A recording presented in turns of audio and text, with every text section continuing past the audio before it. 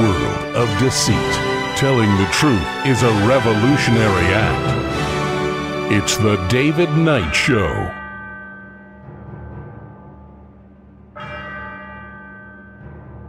As the clock strikes 13, it's Monday, the 1st of June, year of our Lord 2026.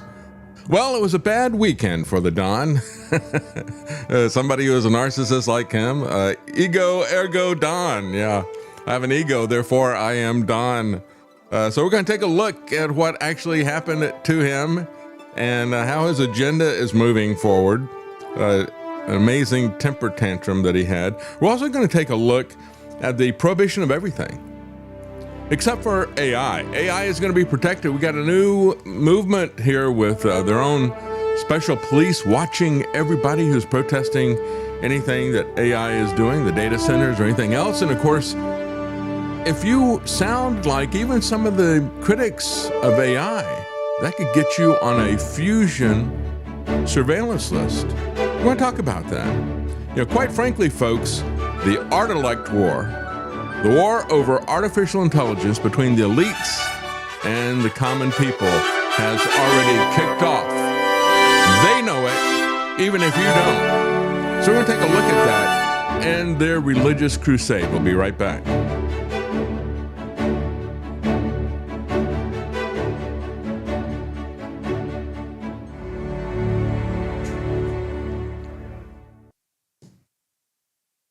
Yeah, let's take a look at the AI stuff that's here. And I want to kick off with an article that got my attention. I thought, wow, is this something different now? A famous math problem that has stumped humans for 80 years. AI just cracked it.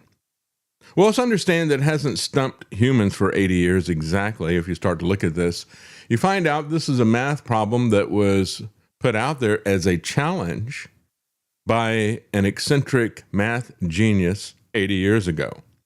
And other people had not been able to figure this out yet. However, when I looked at this, I thought, well, this is very different. You know, we've said that AI is not thinking, AI is not reasoning. AI is essentially collecting and synthesizing stuff.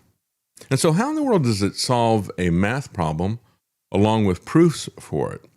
Well, that's the interesting part of it, I think. And of course, the mathematicians who looked at this were really taken aback. And as they are very skeptical about all this stuff, they came back and said, well, it looks like it really did it. It stumped humans for the better part of a century. It's now been finally solved by AI. Not long ago, the most advanced AI models couldn't do basic math. Last year, they were performing at gold medal levels at the International Mathematical Olympiad. Now they're solving classic problems in combinatorial geometry using algebraic number theory. In no time at all, artificial intelligence has gone from stupid to frighteningly smart. Yeah, I've forgotten all of that stuff. When I started reading this, I started looking at the formula, it's like, wow, this means nothing at all to me anymore. I did so much math when I was in college, and when I went to do a summer as a kind of co-op work situation. The guy that I worked with and for said, you like engineering? I said, yeah, I love it. And he says, so did I. He goes, then I get here because I'm not doing anything. He says, I've forgotten all the math that I knew. And I thought, that's kind of interesting. And here I am, 45 years later, 46 years, I guess, time flies. Yeah, I'm 46 years later. I can't do calculus. I can't do any of that stuff. I look at it, it's like, wow, that looks kind of crazy. Anyway, the AI can do it. But even mathematicians were astonished when OpenAI announced that one of its models resolved a puzzle known as the unit distance problem without the help of any humans scribbling a bunch of equations on chalkboards. And so in the article, they show the complicated math formula there. Nevertheless, what's going on with this? Did it really solve a problem? Well, OpenAI helped to translate its findings by presenting them alongside 19 pages of companion remarks from prominent mathematicians. Mathematicians are severely allergic to hype, writes this article.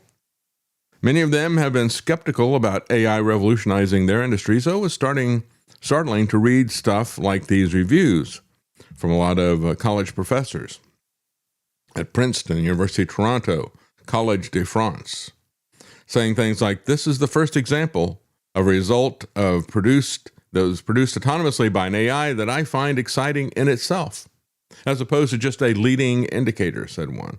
Another one said, "If a human had written the paper and submitted it to the Annals of Mathematics, and I had been asked for a quick opinion, I would have recommended acceptance without any hesitation. No previous AI-generated proof has come close to that," he said. So OpenAI employees were the ones who did it, and they told the author of this article that they would have sounded completely bananas 1 year ago to say this. And another one said, "Well, forget a year ago, just a month ago." So imagine how unimaginable it was that 80 years ago, when the unit distance problem was posed by Paul Erdos, known as the most prolific mathematician in history. He was also known as an eccentric, nomadic genius who lived out of a suitcase and worked around the clock.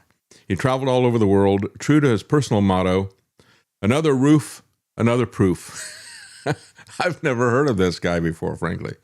He left behind a sprawling collection of questions known as Erdos problems, which have become a benchmark for measuring progress in math. You can tell how much he liked any given problem by the amount of money that he offered for a solution. The unit distance problem was among his favorites. It originally came with a $300 bounty, which he later bumped up to $500. It's kind of interesting now. Of course, when he was around the middle of the 20th century, a dollar was a very different value. But he offered a price of $500, which, again, we had to get a mathematician to calculate the value of purchasing power of that today. But they spent $1,000 in token credits, computer time, for this. Erdos showed in 1946 that arranging dots on a grid produced a certain number of pairs. His conjecture was that no arrangement could do much better. OpenAI's model found one that did. In other words, the proof was a disproof. And so you can look at this and say, how did they do this? They said they found it was much better than once they took a peek at the solution, they said, "I didn't even believe it." But how did it wind up doing this? Well, the first explanation is that to prove this involved a disproof. And so they said that was highly counterintuitive. So most people who tackle this problem try to solve his conjecture rather than to disprove it. Only by defying conventional wisdom and experimenting was OpenAI able to do that. So what does that tell us? It tells us that it did science when the other people were not doing science or math, because that's what science is. Science is defying conventional wisdom. It's being skeptical. That's why when Fauci was saying, "I am science," all kind of stuff, he was anything but. All of his stuff was arguments from authority. It demanded that everybody conform to what authorities said. It demanded that everybody conform to what virology said, even though it had not been scientifically verified. Even though they had absolutely no proof, they had not isolated anything. You just go with this because we're telling you this, and don't you dare question conventional wisdom. So that was the first thing it did. It questioned conventional wisdom. And let me get this thing's frozen up here. Here we go. The second one was that it synthesizes. Mathematicians tend to focus on their specific areas of expertise.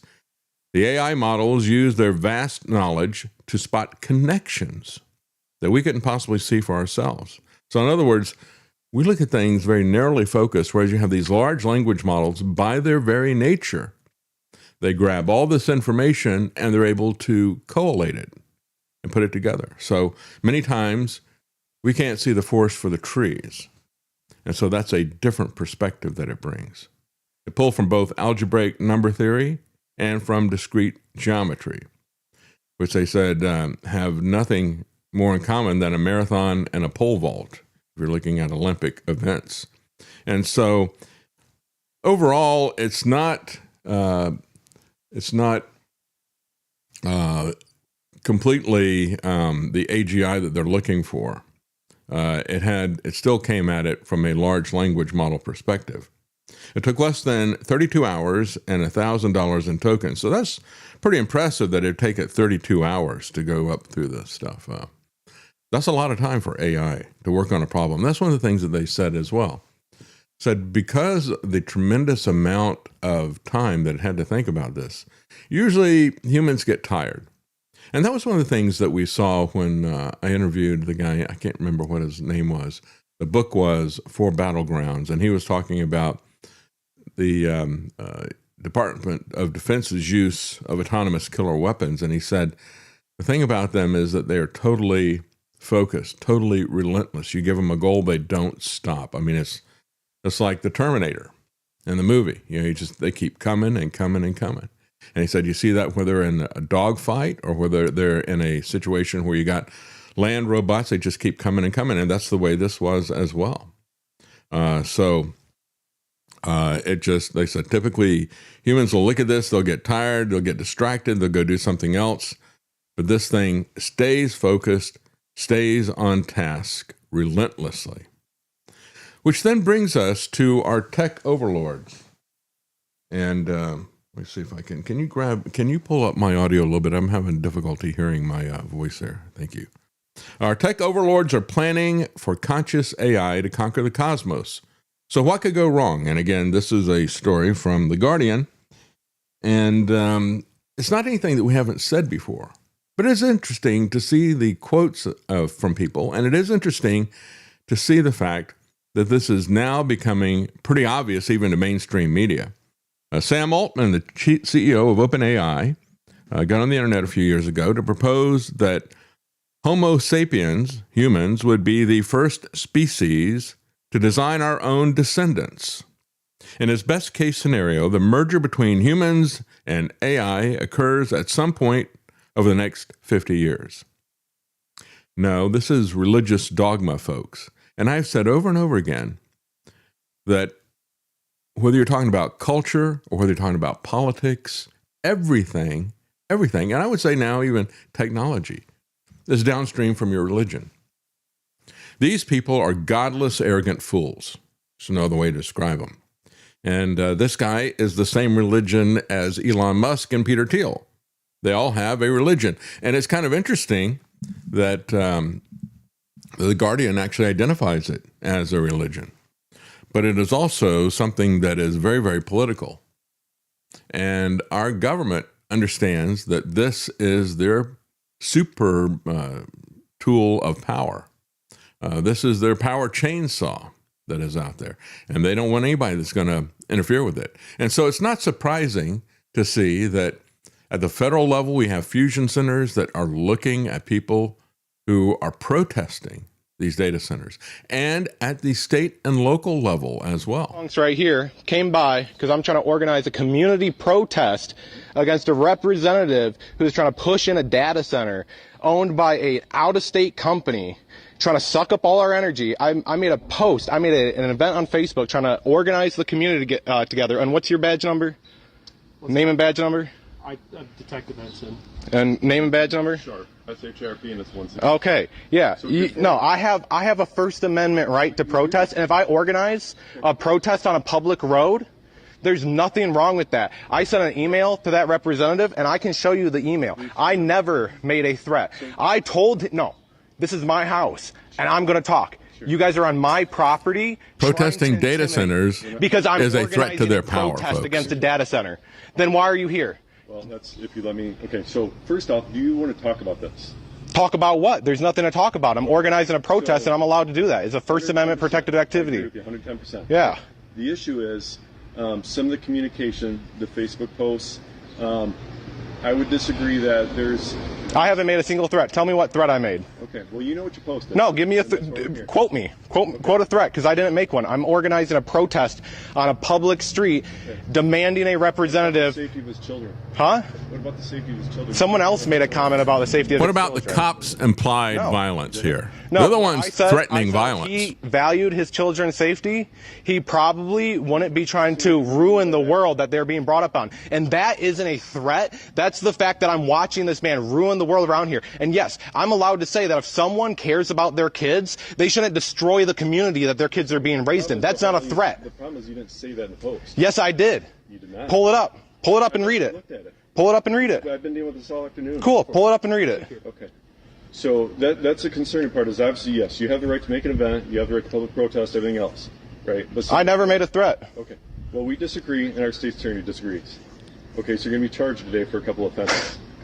Seriously? I'm going to get charged. For what? For stalking and intimidation. For stalking? When did I ever go to his So house? we'll explain that to you more. Okay, so you are going to be placed under arrest right now, okay? All right. Okay, So let me... conclude your live stream. Wow. We need you to stay here with you.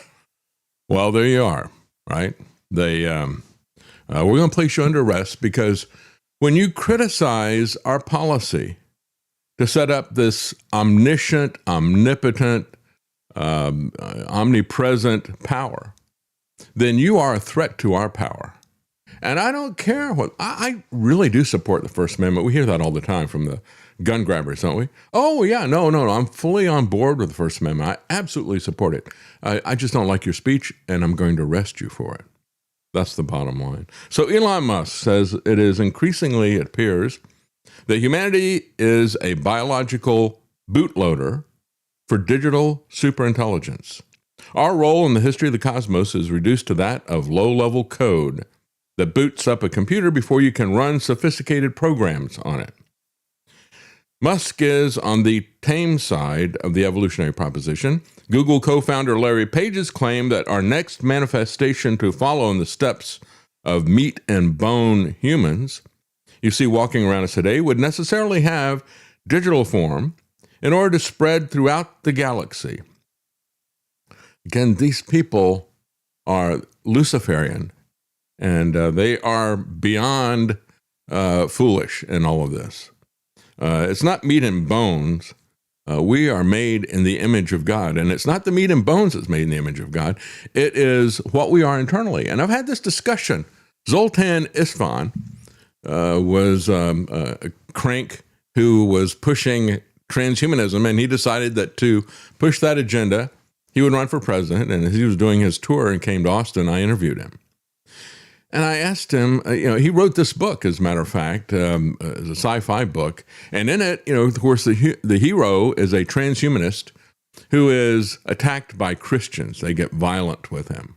Again, that is not the way of Christians. That's the way of the oligarch technocrats and the government that is working with them. That is the violence that they're about. But anyway, the villains of his story were all Christians. And so I asked him, I said, so you are optimistic that you're going to transfer yourself into some kind of a machine, a cyborg, and you're going to live. I said, so is that you, or is that a copy of you that you would transfer into that? Because what are you? And he could not answer that question. These people know nothing at all. Our response to these tech giants, by the way, should not be one of fear. We should feel the same way that David the shepherd did. When we confront these giants, these oligarchs, these people have more money than most of humanity throughout of history combined. It was when David went to where the battle lines were, he heard Goliath out there cursing God. And so he said, who is this Philistine that he should defy the name of the living God? You see, that's the key thing. It wasn't like, I can take this guy. I'm pretty good with a slingshot. It wasn't that at all.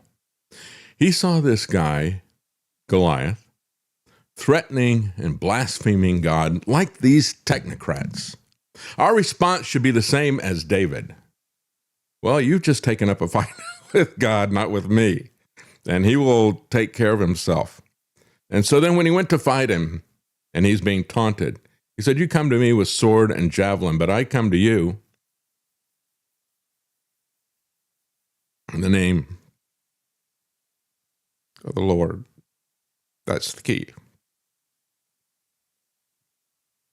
So it's not about the little guy taking on a giant. It's about a giant taking on God. And the giants are like gnats. That's what we should understand. this should actually, when you read this article, this is at the top of Drudge all over the weekend, right? This Guardian article about AI and their artificial gods that they're creating and all the rest of this stuff. That should give you hope. That should give you hope.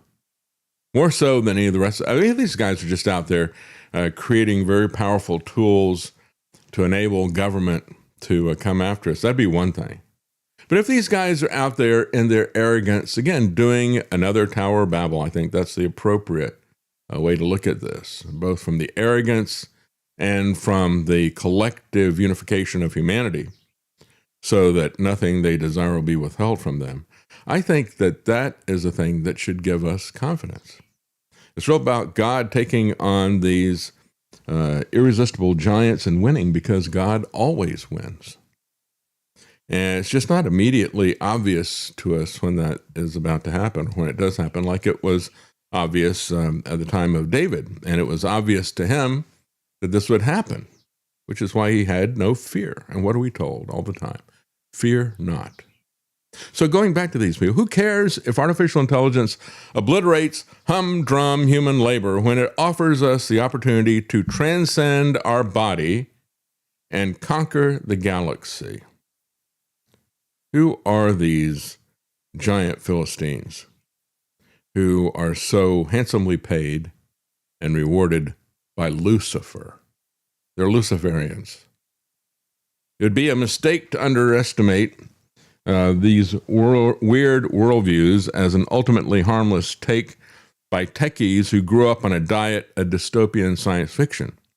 The notion that we are approaching the end of Homo sapiens is coalescing into a durable body of belief among the elites at the helm of our technological future. It is coalescing into a full-on religion, which is what this article from The Guardian is really about. It's not so much about their technology, but about their religion of transhumanism. And folks, this is nothing new either. There is nothing new under the sun, said Solomon. This goes back to the very first interaction of humans with Lucifer. You will become like God and you'll live forever, right? That was the promise. So the collection of far-fetched scenarios that Valley oligarchs are writing into our future exhibits the hallmarks of religion in the making, a body of belief to confer a sense of cosmic transcendence and inevitability to their high-tech project. And again, I repeat, whether you're talking about culture or politics or even technology, it is downstream from your religion. In their Luciferian minds, they see a transhuman future where they can satisfy their desire for immortality and can assert power over the cosmos as transhumans multiply and expand across the galaxy. They're not so interested in power over the cosmos as they are in power over us. Their ultimate goal is to execute on a techno-mystical dream, to distill the essence of what it is to be human consciousness, bits of information to be downloaded as binary code on some non-biological substrate. And again, that's not what we are. That is not the soul. And it's kind of interesting, I think, as we look at different things. We have in the past there was the early 1800s. People started criticizing the Bible, saying, "Oh, that stuff, all the historical aspect of that was all made up. We have no evidence of the Hittite civilization, all the rest of this stuff." And bingo, we had archaeology, which for over a century was basically biblical archaeology. It was people taking the Bible and looking at it and then going finding it. And then after that got shot down, then you had the Darwinists, the evolutionists come out and say, well, God didn't create us. We just happened to by chance and evolve from one thing to the other.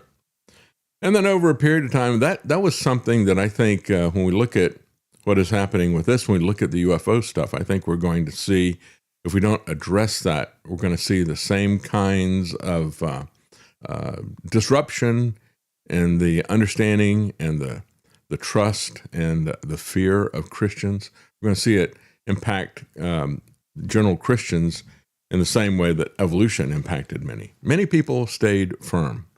So I don't care what they say. Even you show me a bone, I don't really care. I've got the Bible here, And so after a while, we started to understand how that actual evidence fit into the Bible and how it fit into the Bible better than it did into their evolutionary paradigm. And so it's going to be something like that, I think, with some of this evolutionary stuff. Or it may just be a complete government deception. Who knows? Nevertheless, when we look at what these guys are doing, we need to understand where they're coming from and what they want to have. And I think as they are pretending that they can transfer the essence of what we are, the very soul of humanity, they can transfer that into a machine. No, they can't. And I think it's also interesting that as God brings these things along, one of the big wrecking balls that went into evolution was the science of microbiology. As we saw DNA, and even beyond that, the machines within machines within machines that are inside of our bodies, all of these clearly indicating that they could not happen by random chance. They had to be designed. And so I think at the same time, we're starting to see something. There's a lot of people having near-death experiences because of technology and reporting some very, very strange things. And I think that is going to also be a way to counteract this whole notion that, if we can just build a brain that looks exactly like a human brain, then somehow it'll come alive. Or we can take the bits, the ones and zeros that are in your brain somehow, if we can identify that, then we can transfer that into a computer. No, it's not that. These people are always foolishly materialist. They can't see the bigger picture. Maybe AI will help them to see the bigger picture, so that just like we were talking about with that math problem. So the essence of what it is to have human consciousness, that's what they call a soul. And again, that's what Zoltan Istvan could not define. He had no idea at all what he was going to transfer in there. I said, at best, you can put in a copy. And of course, Elon Musk is one of the few people who really understands. Musk and Thiel are not as out of touch as Larry Page is on this and some others. It justifies steering technology along a path that is, at best, indifferent to the needs, the hopes, and the aspirations of everyday humans. Transhumanism is incredibly anti-human. It's the most anti-human political system I have seen. It really is. And so, in their mind, quite frankly, they have already replaced humanity in their minds. They're just working on the full implementation of it. But they don't want, need, or have any sympathy, empathy, or pity for humanity. And they make that very clear. In that sense, they're very much like Nietzsche. Nietzsche hated pity, and he hated Christianity because Christianity had pity. Elon Musk puts it as empathy. And understand that empathy is not the same as sympathy. Empathy is like this, I feel your pain type of thing. Whereas sympathy is, I'm not experiencing that, so I really can't understand what you're going through. But at a intellectual level, I can sympathize with what you're going through. But I'm not going to be so arrogant as to presume that I know what it's like to lose a child or something like that when you haven't lost a child. Who cares if artificial intelligence obliterates humdrum human labor, as I said? If we can transcend our body and conquer the galaxy, then we are the gods, right? And this fantasy is what is directing this technology. The overlords of AI are sinking resources, vast resources, into a dream of building superhumans. So Lucifer has delivered enormous wealth and power to these IT elite, and they're hungry for meaning. They're indifferent or even hostile to the propositions of moral constraints of organized religion. And again, Mark Andreessen, one of his pet peeves is he doesn't want to hear anything about ethical technology. These people don't want to be constrained by ethics or anything else. It's a very, very dangerous group of people who have become wise in their own eyes, rich beyond anyone's imagination, and they turn that into a very evil use. Seems they all have a pet peeve against ethics. Yeah. This is a very antichrist dogma of Darwin that is taken to the logical extreme. And so this is really kind of the ultimate fulfillment of this Darwinism. Silicon Valley has been a militantly secular place. It created a God-shaped hole which it filled in its image, said one one guy who worked there. He said they rejected standard religious sources of purpose. They found an alternative push to provide their lives with significance via these sci-fi transhuman dreams. Musk said atheism left an empty space. Secular religion has taken its place, his religion of scientism. And so again, they do this even as they see us as Eloi, like H.G. Wells, right? They are the Morlocks, and we are the little jiggly Eloi that they can pacify with things like UBI, universal basic income, video games, drugs, you name it. You know, they'll pacify us, and then they will use us however they feel like it. Artificial intelligence opened up vast new possibilities for the transhumanist dream.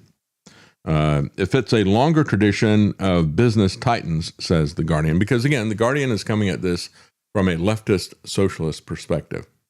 So just as libertarians think government can do nothing right, the socialists think that business can do nothing right. The reality is that both of them are run by humans.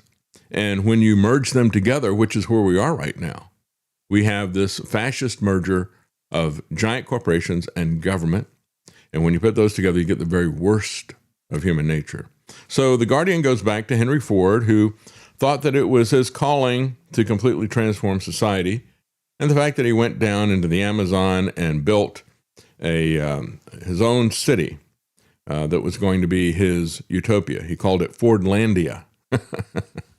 It's I guess I haven't come out with a car with that name yet, but that still was bad enough. The handful of people unleashing this technology on the world are guided by an ideology of control over humanity and by a conviction that machines are uniformly better than humans. You know, people like Alex Karp, which we don't have, did not work. Okay, so anyway, the AI to bring about the transhuman dream at the expense of healthcare, education, and poverty reduction in the here and now, says The Guardian. Again, this is all the socialist mindset of an Eloi. You know, hey, we could be, with all this money, we could have healthcare and education and welfare. Don't worry, you're going to get that real good and hard with the UBI. They're thinking about that for you already. While Americans are starting to show some signs of discomfort over the unrestrained appetites of the crop of AI moguls, the Trump administration is running full on and running interference for them, as you just saw. That was local, right?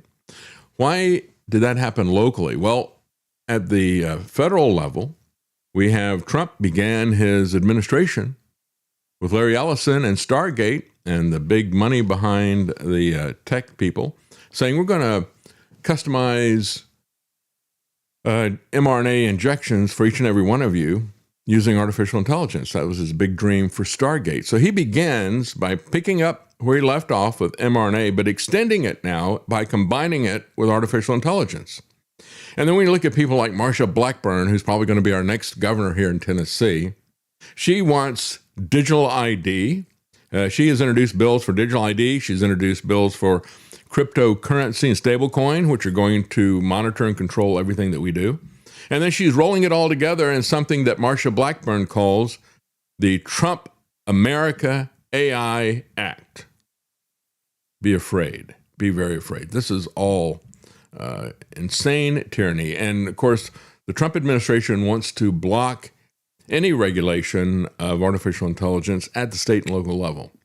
They're also now working with the fusion centers, which have been kind of the liaison between the federal agenda and the federal national security state, and giving marching orders to local, state, and local police. And so it's these fusion centers that are running the kind of stuff that you just saw in that clip that I played, where they go to the guy and say, hey, you've got a protest here. we're going to, against these data centers, we're going to arrest you because you are a threat. Altman and Page are perhaps the most committed to the goal of merging humans with superintelligent technology and abandoning flesh and bone. Altman was an early subscriber to a startup company called Nectome, or Nectome, I don't know. The purpose was to retrieve information that's present in the brain's anatomical layout and molecular details in order to replicate consciousness. Now, this is the same approach that Hugo de Garis and a very good friend of his, Ben Wurtzel. Ben was the one who created that, if you remember, that mannequin that they animated, and the Saudis, because they wanted to pose as being on the cutting edge of technology, they gave citizenship. I forget what they called the robot, but you probably remember that. And, it's a very stiff moving mannequin thing, that could verbalize things, like an audio version of a chatbot. They gave citizenship to it. Well, Ben Wurtzel and Hugo de Garis were from the branch of this artificial intelligence that thinks if we build an exact replica of the human brain, if we build it, intelligence will come, right? Consciousness will come. And I said to Hugo, I said, that's an evolutionary fallacy. That's kind of like saying, well, if we have all the ingredients, all we need is just some kind of weird flash of lightning, and it's going to bring this thing to life. This is the naive approach of Mary Shelley and Frankenstein. It's alive. Just take the electricity was in its infancy at that point in time, and because they could apply electrical impulses to a frog's leg and make it move, they thought, well, if we do it in the right way, we could bring dead people back to life. Well, it doesn't work that way. It's not simply mechanical. Yes, you can get some animalistic responses, but you're not going to get the soul in that regard. You're not going to get consciousness in that regard. But that is a whole branch of artificial intelligence that this represents. So Altman said, in the future, I assume my brain will be uploaded to the cloud. Well, I assume that he's on a path to send his soul to hell. Musk wants something a bit different because he knows that if he did something like this, it would only be a copy of him. So Elon Musk at least understands that. He says he doesn't want something that is enhanced by computers via something like his own brain to computer interface company Neuralink. In other words, I'm not trying to transfer my consciousness into a computer because we don't even know what consciousness is. I mean, he admits that they don't know. Instead, he says, I want to augment my current capability. And Peter Thiel is also on that same page. He frowns on, quote, just a computer program that simulates me. Drawn to the techno ideal of this radical transformation where your your natural body gets transformed into an immortal body. And so we don't know what the soul is, the consciousness is, but we do know that since we don't know what it is, we can't transfer it, right? And so let's just find ways that we can keep this body going, that we can enhance it. That will be our path to eternal life.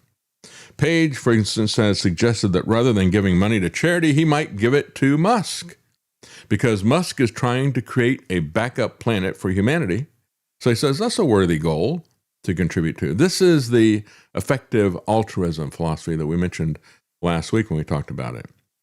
This is a philosophy that they began by saying, let's help humans by funding some mosquito nets. Just for a couple of dollars, we can probably save a lot of lives because more people are killed by mosquitoes than any other kind of animal. And you pick your favorite poisonous snake or hippopotamus or lions or anything else like that. More people are killed by mosquitoes. So they said, let's give people mosquito netting. Well, it didn't take very long before they evolved into something that was along the lines of this techno, we're going to take over the galaxy type of thing. And they left the needs of present earthlings as they are developing more and more disdain for you and I. So, give all the money to my company, and we're going to set up these foundations just like Rockefeller and others did. So first there were the long-termists who emerged from effective altruism to argue that improving the world of the future was worthier than spending on the present. One small step to move the goalpost to the cosmos, focusing on the well-being of future transhumans populating the vast reaches of the galaxy. Maybe they'll be flesh and blood, maybe not, they said. Well, you got a lot of university departments and a lot of think tanks that are being given money by these techno-oligarchs and their mushrooming wealth, as The Guardian puts it. They draw from unorthodox ethics, if they have any ethics at all, to justify the imperative to take humanity, or at least the most privileged part of it, to where it has never gone before.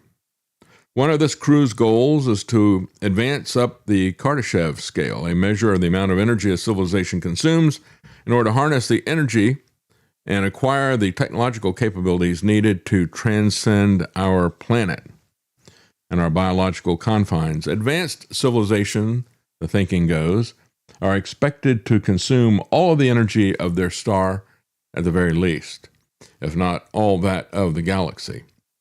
One of the earlier groups was ultra-libertarian. They called themselves extropians, and they were seeking, quote, an unlimited lifespan, the removal of political, cultural, biological, and psychological limits of self-actualization and self-realization. And again, this is tied up as much in the thought of people like Maslow and the psychologists like B.F. Skinner. This should really concern you as well. These people treated their fellow humans, as B.F. Skinner said, beyond freedom and dignity. And these people are moving beyond freedom and dignity as well. They have nothing but contempt for basic humanity. Another more recent branch is the effective accelerationists. One of the leading lights of this movement said effective accelerationism aims to follow the will of the universe. So yeah, these guys are pagans, Luciferians, following the will of the universe. They speak for the universe, you know. Who are you to argue with them? They're advocates for the universe. I mean, we've seen this over and over again. You got advocates for the snail darter, or you got advocates for animals or children who cannot speak. And what do they always do with that? Well, they always come with an agenda, don't they? And so I said, greater and smarter civilizations that are more effective at finding and extracting free energy from the universe and converting it into utility at grander and grander scales. Yes, the arrogance of the Tower of Babel, isn't it? In a philosophical twist, effective accelerationists argue for rampant techno-capitalism, unhindered by regulation, government, and other nuisances. And that's why you have people like Peter Thiel say, well, the Antichrist will be ushered in by government regulators. They'll create some kind of a global government in order to try to prohibit what we're trying to do here. And that's why I said, you know, we can get to the same place in many different paths. If we're going to focus on prohibition, it is going to take us down that path of tyrannical government. We can see that with alcohol prohibition. We can see it especially with the 50 plus years of the drug war. Whenever you try to solve things by prohibition, even if you're talking about gun control, right? You have the same type of thing. Well, we wish that this piece of technology is never invented. So let's just do everything we can to strongly prohibit it.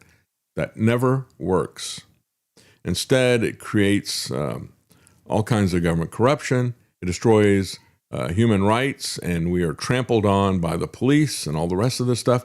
If we try to solve this AI issue simply by prohibition, that's going to happen at the local level as well as at the international level, because it isn't something that can stop even if we get it solved here in America somehow. You would have to have a global organization that is going to have to prohibit this. So what is the solution to this? As I said last week, I think is the same thing we look at with gun crime. What is the solution to some bad guy with a gun? Other people with guns, to constrain them. What is the solution to these evil technocrats and government with artificial intelligence? Well, the solution to that is for everybody to have access to that technology. That's where the fight is going to be. And that's what they're starting to do right now. They're starting to criminalize anybody that would be competitive to them. They're starting to say, It's too dangerous for just anybody to have this technology. Only we can have this technology. Or as Altman and others do when they go before Congress, they say, this is vital to your survival, and you can't allow just anybody to have this. You got to restrict it to those of us who will work with you. And they're moving in that direction as well now. So they all take us to the same place, just in a different direction. And Yeah, I think it was Thiel that was saying that they want, in the future, to have all intelligence metered by their company so that they can sell you work and intelligence at a cost pay per hour. Yeah, their desire to own and to control everything has no bounds. I mean, it makes Klaus Schwab look like an altruistic founder of a charity or something. You know, this "you will own nothing." That's so yesterday. Now, these people want to own all information, all work, and everything else. It's not just about the material stuff. It's about everything. They desire to control everything. And that tells you something about where they come from and who their God is. And so a good example of this is Mark Andreessen, who wants to ensure that techno-capital upward spiral continues forever. And his list of enemies, things that would stop it, encompasses pretty much any person or idea that might stand against technological endeavor. Hence, the threats and the arrest of people who protest data centers even. That includes sustainability, social responsibility, and tech ethics. In other words, he is literally unethical, non-ethical. He despises ethics, and all these guys do.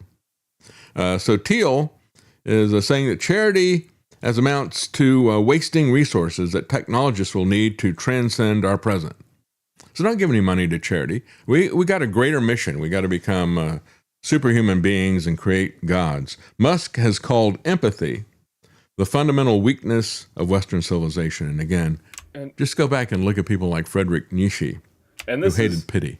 where all the effective altruism winds up. It is basically just the ends justifies the means. Mm-hmm. It's all, well, I can commit this small crime so long as I balance it out with this much bigger good thing that I'm doing, which is why Sam Bankman-Fried was such a great poster child for it. He was the one they selected as, look, this is what it's capable of, and he perfectly demonstrated why it's not a good idea. That's right. And when we look at all of this, right, we're going to trample on the rights of human beings. I don't care about any of you people. You don't have enough money for me to care about you, right? You're obviously a loser because you don't have a lot of money in the bank. That type of arrogance and elitism, and yet they excuse it by saying, but I care about the future of humanity, and I'm taking humanity to a newer level. That's the same kind of game that people play with themselves in terms of pitting public health against individual health that we saw 6 years ago. Your individual health doesn't matter at all. I could not care less if I kill you with a ventilator or with remdesivir or with a bioweapon shot. We got to do something for the good of humanity. And as I said all the time, what is the good of humanity if you despise individual humans? You don't really care about the good of humanity. If you are going to reject the idea of what has been called the golden rule, what Jesus said, do unto others as you would have them do unto you, then that's what Musk is talking about. He doesn't have any empathy. He doesn't have any sympathy. He doesn't have any pity for other people. He's got big plans. Don't get in his way. If you create God, but you own God, you become the dictator, said one tech guy, a computer scientist, in this interview to the writer of this Guardian story. These dictators don't seem to believe that earthbound humans, most of us at least, are particularly valuable. And again, notice how it's all about earthbound versus the people who are going to take to the stars. And how many times you heard Alex Jones rant about that? We're going to the stars and do this. And it's no wonder that Elon Musk and these pagan technocrats were such big heroes to them.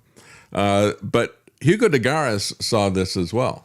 When he talked about the Arlequin War, he said, yeah, these guys, he says, I call them the Cosmists, because not only was that what they were thinking of doing, right? He said, yeah, they'll have the power as people come after them said when people realize what these guys really want to do and do to them, the vast group of humanity are going to come after them. That's why you see Trump and all these federal police agencies and intelligence services working with the fusion centers, getting local law enforcement to come after people who protest their data centers, because they know what they're planning to do to us. And they know that if we know, we're going to be coming after them. So they're doing this preemptively, and it's going to only escalate. Now, what Hugo de Guerra said, he envisioned in his artificial intelligence war, his Artilect war, he called it. He envisioned that you have two groups. You have the elitists. He called them cosmists because he said they're going to leave the Earth. Maybe they will be in near Earth orbit, or maybe the Lagrange libration points where they can stay for an indefinite period of time. And they will unleash their technology on the people who remain on Earth. And so he said it'll be the cosmists versus the Terrans. And it'll be gigadeath. Gigadeath, because if we look at these autonomous killer robots, that is something that has potential for far more destruction even than nuclear, biological, or chemical. Certainly as much potential, if not more. And that's what they're working on. The flat-out indifference towards the rest of us is evident in their frequent assessments about what AI could bring down upon us. Ending human work, building weapons of mass destruction, even bringing about human extinction in the service of making paperclips, is the way The Guardian puts it. Palantir's manifesto notes that, quote, one age of deterrence, the atomic age, is ending, and a new era of deterrence built on AI is set to begin. They see this as a weapon. They see this as a weapon that is as dangerous as nuclear, biological, or chemical. Musk said, with AI, we are summoning the demon, right? Well, they already did summon the demon to get in the position of power where they are, is my belief. I sincerely believe that. Yet they admittedly have no idea of what they're doing. As Dario Amodei, the co-founder of Anthropic, said, people outside the field are often surprised and alarmed to learn that we do not understand how our own AI creations work. They are right to be concerned about this lack of understanding. It is essentially unprecedented in the history of technology. It truly is. You know, these guys are building something, they have no idea how it works. This is another indication to me that it is Luciferian. There's a supernatural component to this. As I said before, there were stories, I don't know if they were true or not, that you got Burning Man, you got all these Silicon Valley billionaires, and they're dropping, what was it, DMT? Is that the thing where they meet the machine elves? They were dropping DMT in a tent, and they were channeling technology from these entities. So Amodei has deep ties to effective altruism. His sister is married to the founder of the movement. What is particularly distressing is how unconstrained these moguls are, plowing hundreds of millions of dollars into political campaigns to fend off any attempts at regulation. And again, people like Trump and Marsha Blackburn are right there with them. They'll do whatever these people want. It's just, understand who is on your team and who is not. Who is on the Lord's side and who is not. How should we address the narrow concentration of the fruits of these endeavors to build transhuman cyborgs with silicon brains? Well, I have to say that I have a different answer than The Guardian does. The answer to this is not politics. The answer is our understanding, our relationship to God. You might want to call that religion. I tend to think of religion as a bunch of performance things that you do to earn your way to God. That's why I think most people see religion. That's not what Christianity is. Christianity is a relationship with God and understanding the power that he has. Misgivings are emerging amongst the MAGA base, the folks in rural Virginia that push back against all this stuff because, again, politics, when you look at this, are we going to have some new ethics that are going to be there? Understand that politics in and of itself is really antithetical to ethics. Politics is the art of compromise. Ethics is not about compromise. ethics is about principles that cannot be moved. And so if you're going to approach politics as the art of compromise, you've already put your principles up for abandonment, really, or adjustment all the time. So you might have people in Virginia that are pushing back against the data centers that are going to hog the power and water supplies. Or maybe you got evangelicals who are wary about the cosmopolitan elite claiming recourse to a tech that is about a higher authority. Yeah, you might want to think about this, Christians, and this is why I was talking about this last week. You know, a lot of Christians were really late to the abortion issue. If you're that late to the AI issue, we're going to lose. You need to start thinking about this, speaking about this, acting about this now. Because if you wait, it's going to be too late. This is coming very, very quickly. Other signs of trouble are brewing for the AI project from college graduates who are consistently booing commencement speakers who praise AI. Did we play a clip of that last week? We talked about it, yeah. And I mean, they are really, they do not want to hear it. Steve Wozniak, however, when he gets up there and he starts ranking on, the co-founder of Apple, when he starts ranking on artificial intelligence, he gets cheered. And there was another person that I saw give a commencement address. I think he was a comedian or something, but he said, "Your generation's task is to destroy AI." He just went out there. They really liked that as well. Perhaps the most forceful pro-human position has been put out by Pope Leo, but I got to say that we cannot abandon this fight to somebody who is a neo-Marxist liberal in a costume, which is the way I regard this Pope. And quite frankly, conservative Catholics do as well. This guy is not the one to carry the torch for this fight. Kudos to him for recognizing some of these issues and speaking out about them, but he really has major blind spots about a lot of different things. One of them being what a justified war is. But you can see from what the guy says when he talks about slavery or when he talks about just war, he thinks that morals and ethics evolve. No, they don't. The Bible is still the Bible. It hasn't changed. It doesn't need to change.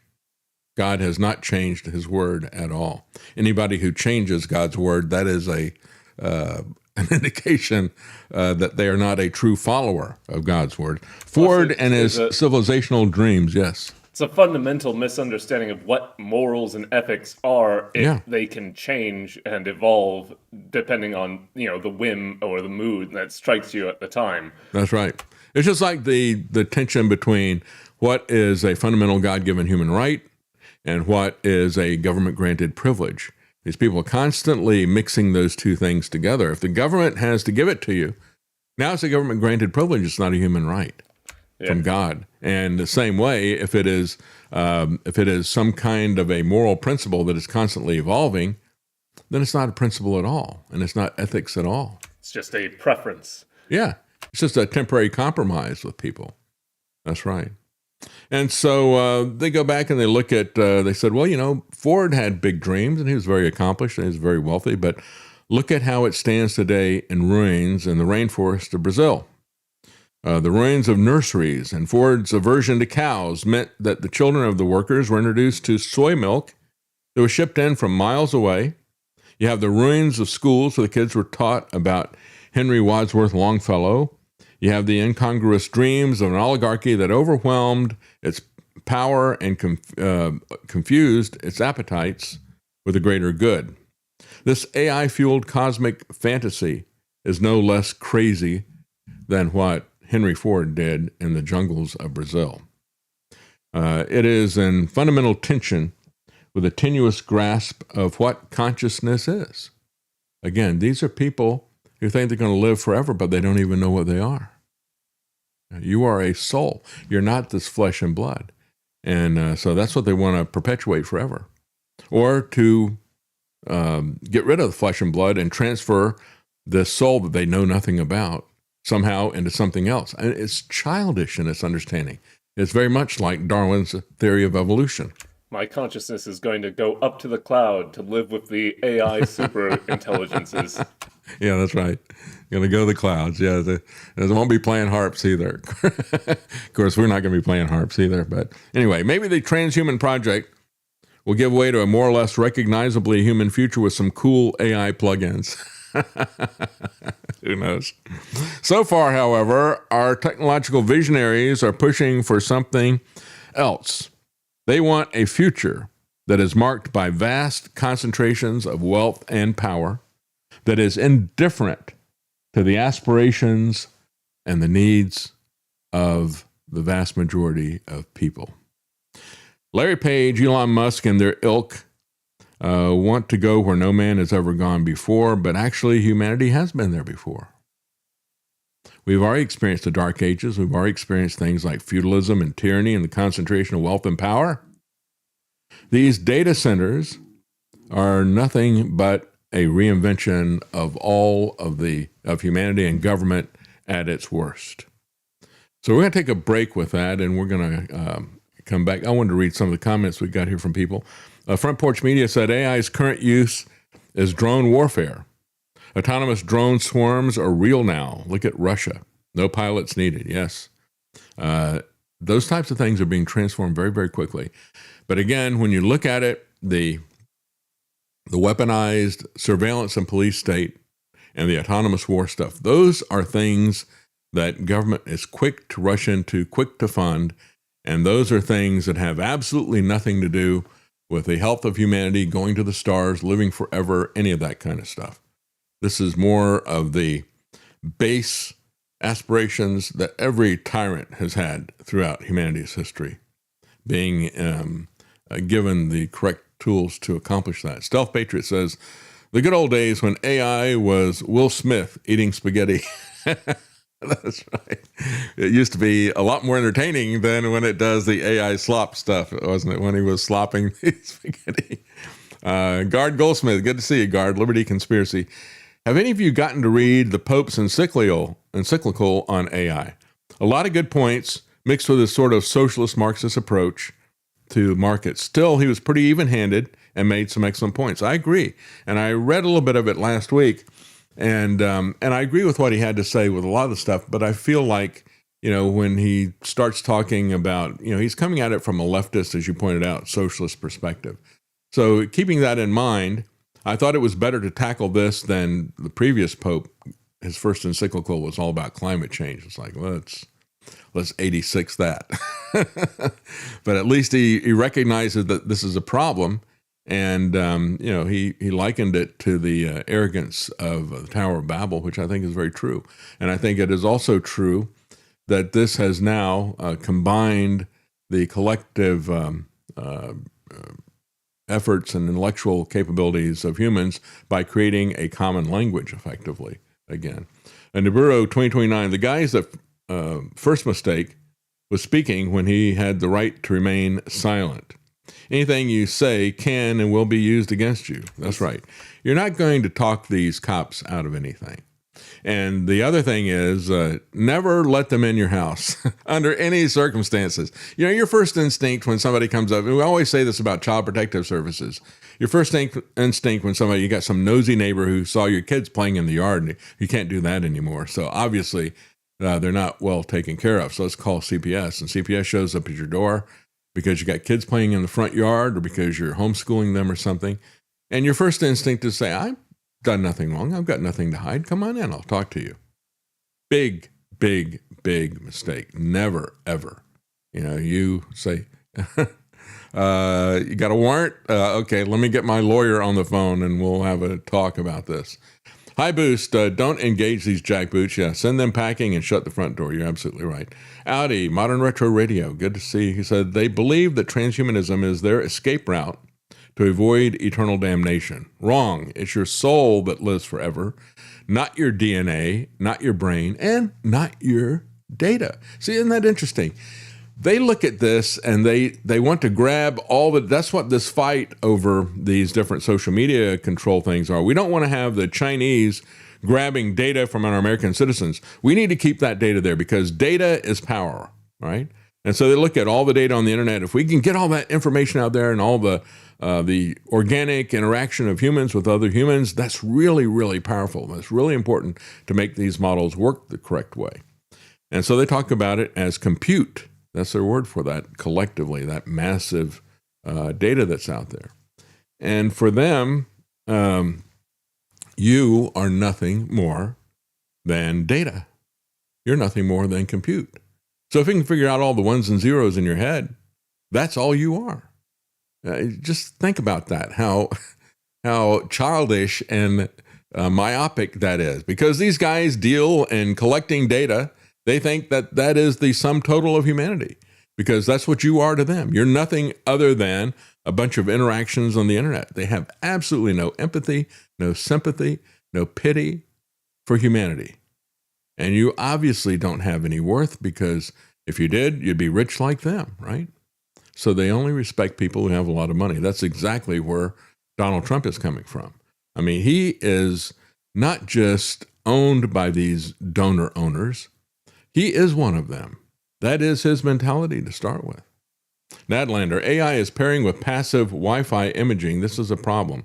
Passive Wi-Fi imaging can see and hear you with no cameras and no mics. Yes, this is something that has gotten a lot of articles lately because they were able to do this quite some time ago.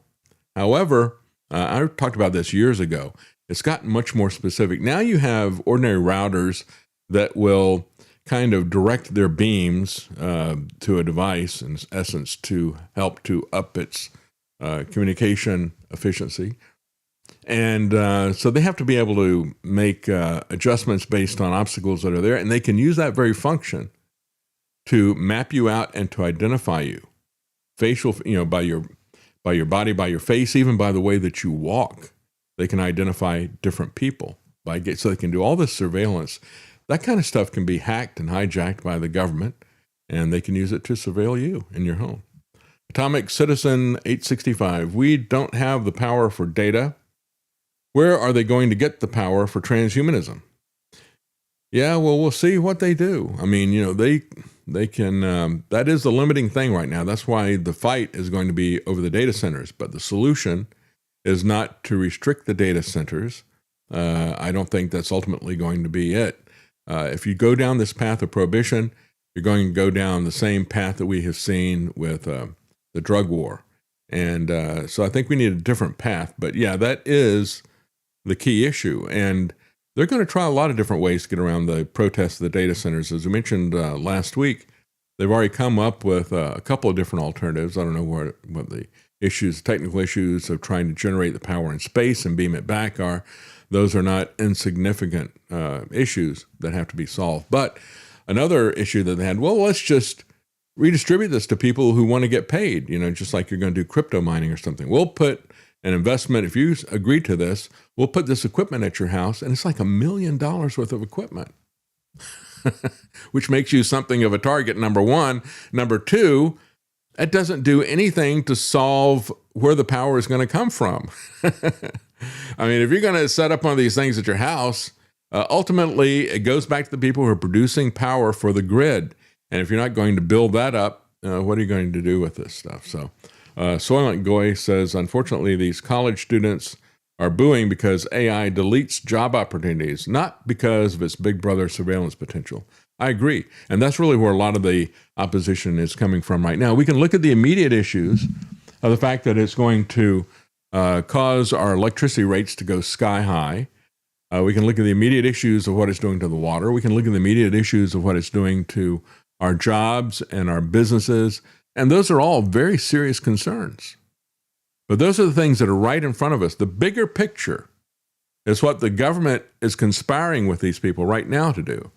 And that is the militarized police state, the combination, as I said last week, of 1984 Big Brother with Terminator Skynet. That is really the issue. And I just don't see people pulling back and looking at the greater danger. If they did, we really would have an art-like war. We're going to take a quick break, and we'll be right back.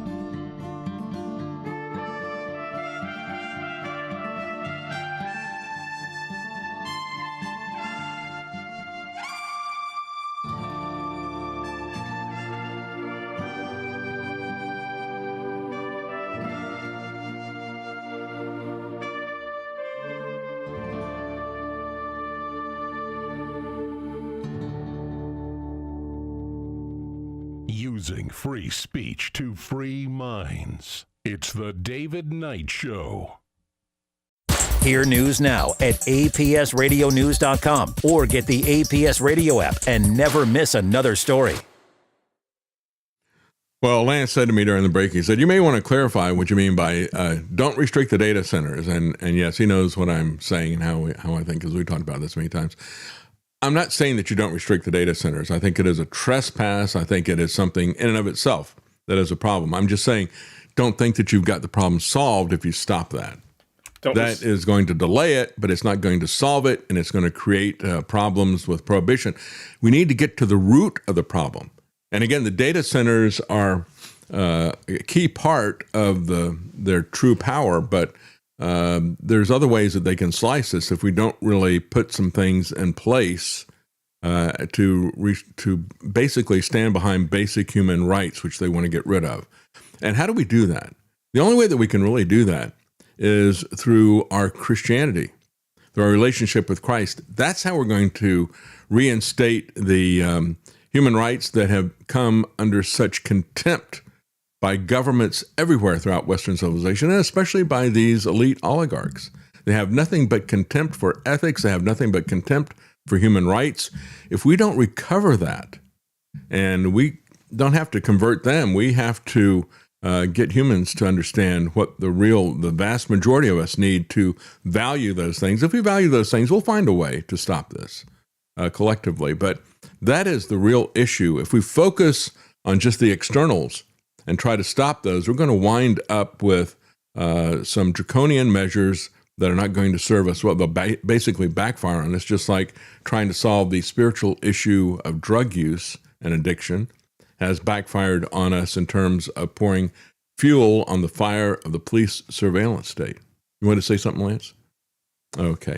Well, let's take a look a little bit more at this, at the feds going after what they term anti-tech extremists, as the AI hatred is growing. That's the title from Technocracy News. And again, this is the Ardlect war that is ramping up that Hugo de Garis talked about. And this is all happening in the context of the fourth turning. A nationwide protest movement targeting data centers and increasing concern about AI job replacement. You got federal agencies, intelligence agencies, and domestic law enforcement coming together through these fusion centers. This was some information, some unpublished reports, about 1,000 pages from Homeland Security, FBI, and fusion centers that was obtained by Wired magazine. It shows a national shift taking place to surveil this new and worrying broad category of people and activities deemed to be an emerging threat. And yet the reality is that this is really nothing any different than what Trump has already been doing. If you oppose his agenda, he is more than willing to weaponize every tool of government against you. This is a very, very dangerous precedent that absolutely will be used by the Democrats. They used it. And he is escalating this to a new level and further entrenching it. They understand that AI is their tool, their power tool.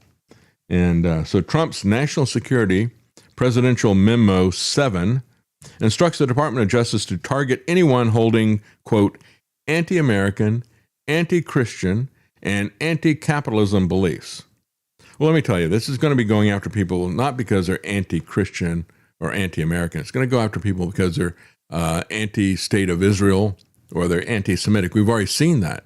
We've seen DeSantis and the Republicans in Florida do that type of thing. We've seen many Republicans do that. We know that Trump is about that as well. Whenever you start to restrict speech, especially when it's about politics or religion or things like that, then you are on the path to tyranny. And that's a path that he has gone down quite a bit. The political persecution precedent. Don't argue that just because you aren't on the list yet, that it's okay. And that's the myopic MAGA people looking at this. Well, I don't like anything that's anti-American, anti-Christian, or anti-capitalist. So I'm all for the president taking these people. I voted for this type of nonsense. Well, if you support that, what you're going to support is the left doing this to you when they get power, and they will get power. It goes back and forth. They do that deliberately. The Trump administration's directives have commandeered the domestic surveillance apparatus to surveil and criminalize speech that challenges the ideology of the White House. And guess what? When the White House changes, those tools and those precedents will remain, and so will those bureaucracies, and they'll be repurposed to push whatever the ideology of that next White House is. A new focus on anti-technology extremism adds an unreported category to an already public designations under this presidency that has heavily invested political and material capital in AI and data center proliferation. In other words, they spent a lot of political capital, they spent a lot of actual money to proliferate these data centers because they want that. And so now they're going to come after anybody who pushes back against the data centers or pushes back against this abuse of technology. The pervasive extent of this criminal regime's corrupt wielding of power. In a word, weaponization. We hear that all the time, don't we? And yet nobody, Trump is looking at how government was weaponized against him. And I said this at the very beginning of his, actually after he was elected, before he took office. I said, he got elected because people saw him as a victim of the Biden weaponization. And I said, but I'm afraid that what he's going to do is grab these power tools that he has as president, and he's going to use it for his own weaponization against his own political enemies, rather than taking the reins of government and enacting broad reforms. I can't even imagine Trump doing something like that, trying to establish the rule of law rather than trying to destroy the rule of law. That is so opposite of what his character has been. He wants to set himself up as a powerful individual, a powerful organized crime figure, a mafia don who, don't you dare cross me.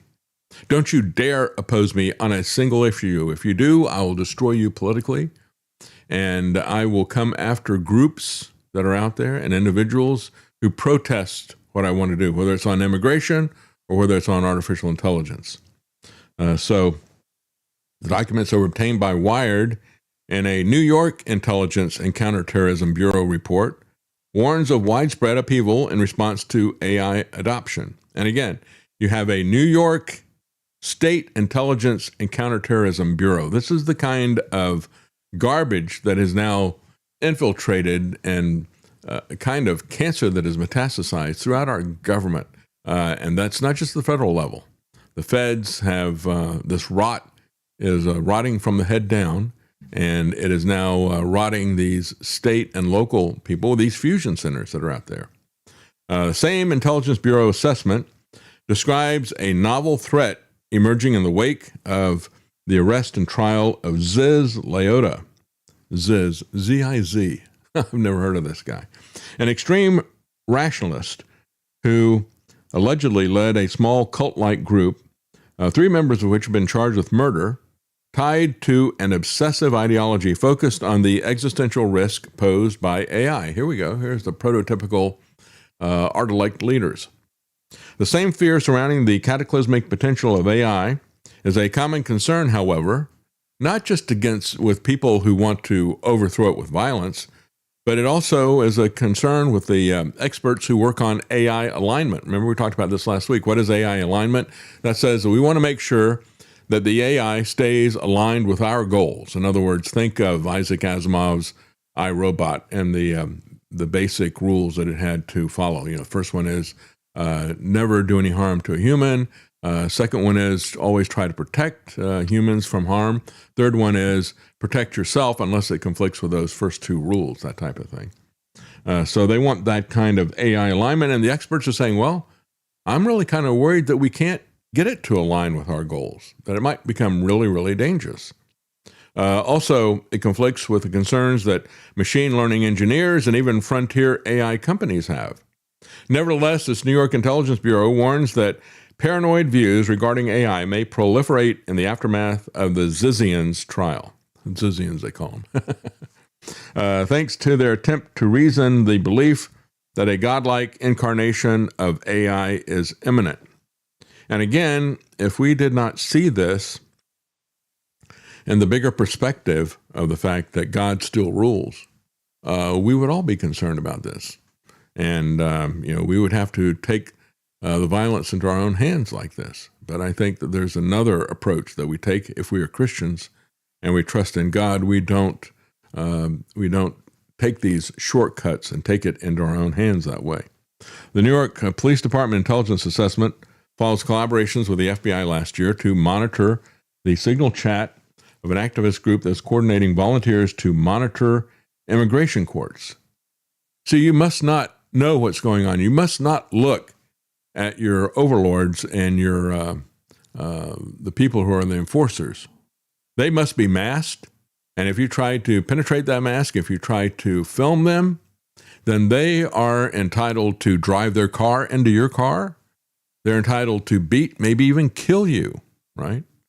So you do not look at your masters. You do not look at the overseer's slave.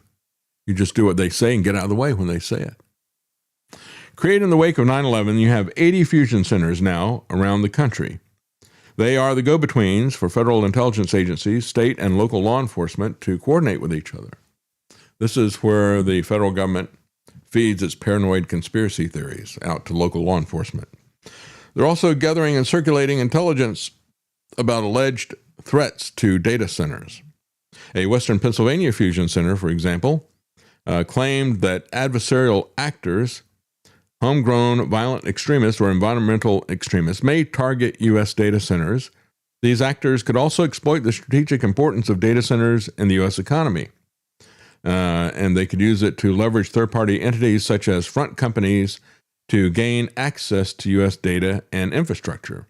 Now, you notice in that last bit there, they're starting to pivot to, well, what happens if some computer people start to come up with their own system, right? We need to keep a close monopoly of this with the people like Elon Musk and Trump and Thiel.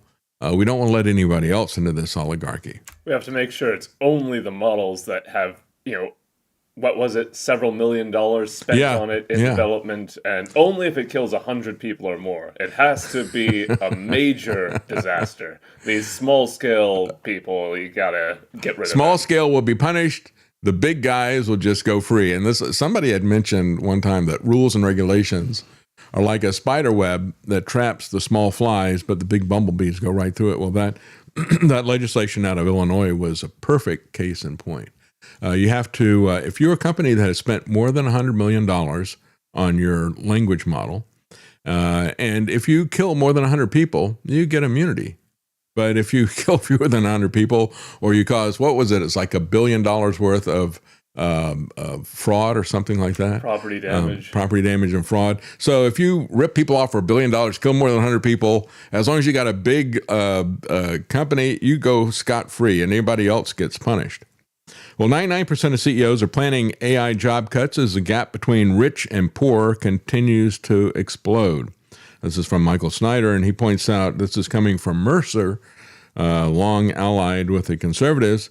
According to this survey, 99% of corporate executives planning AI-related job cuts within the next 2 years. The 2026 Global Talent Trends Report spoke with 825 corporate leaders and 1,650 human resource leaders.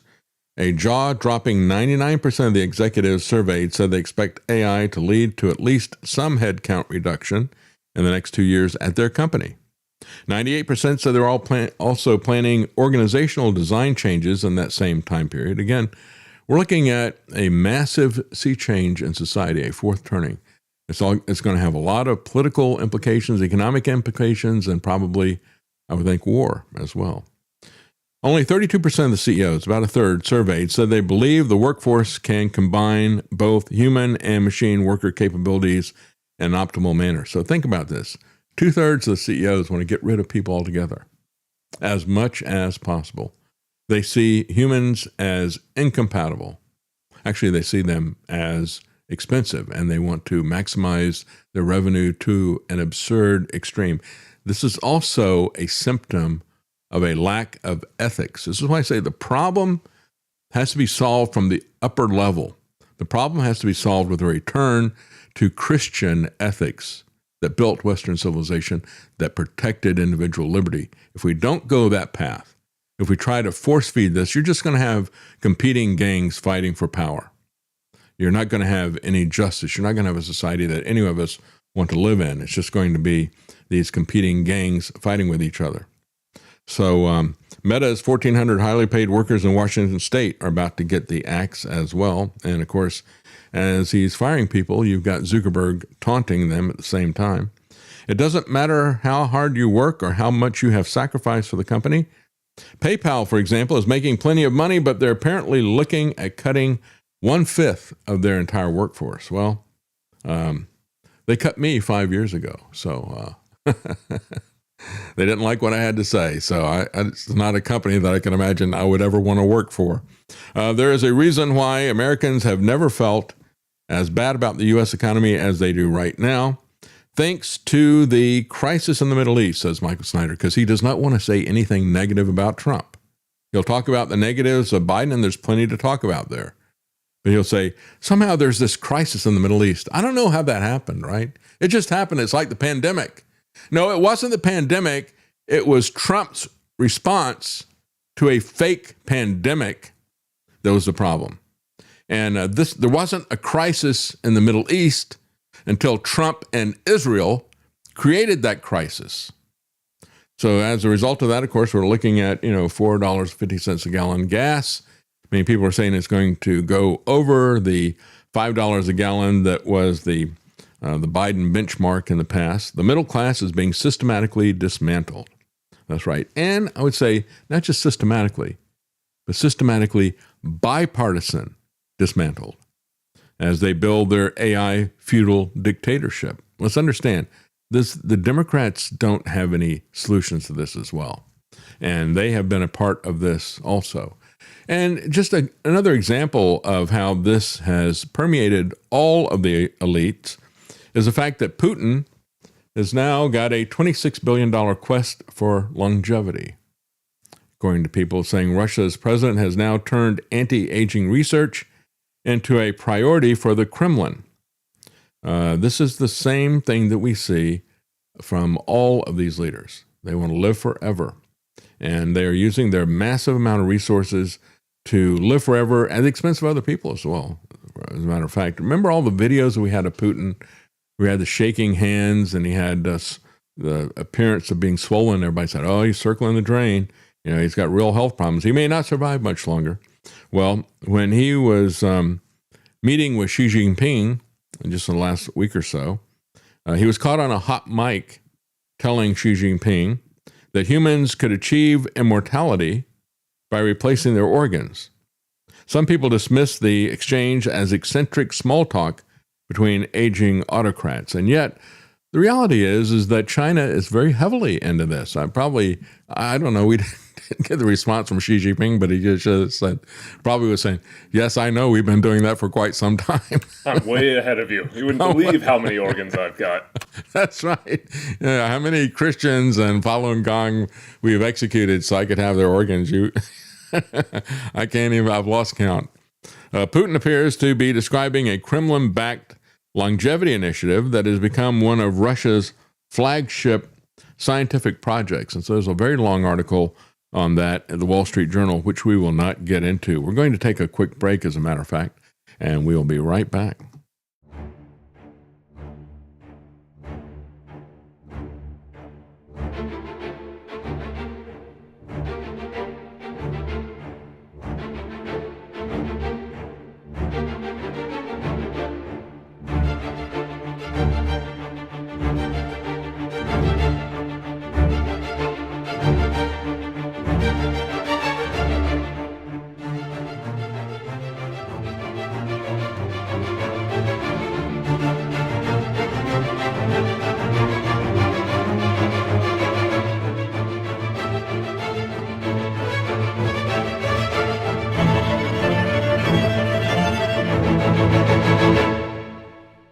You're listening to The David Knight Show. APS Radio delivers multiple channels of music right to your mobile device. Get the APS Radio app today and listen wherever you go.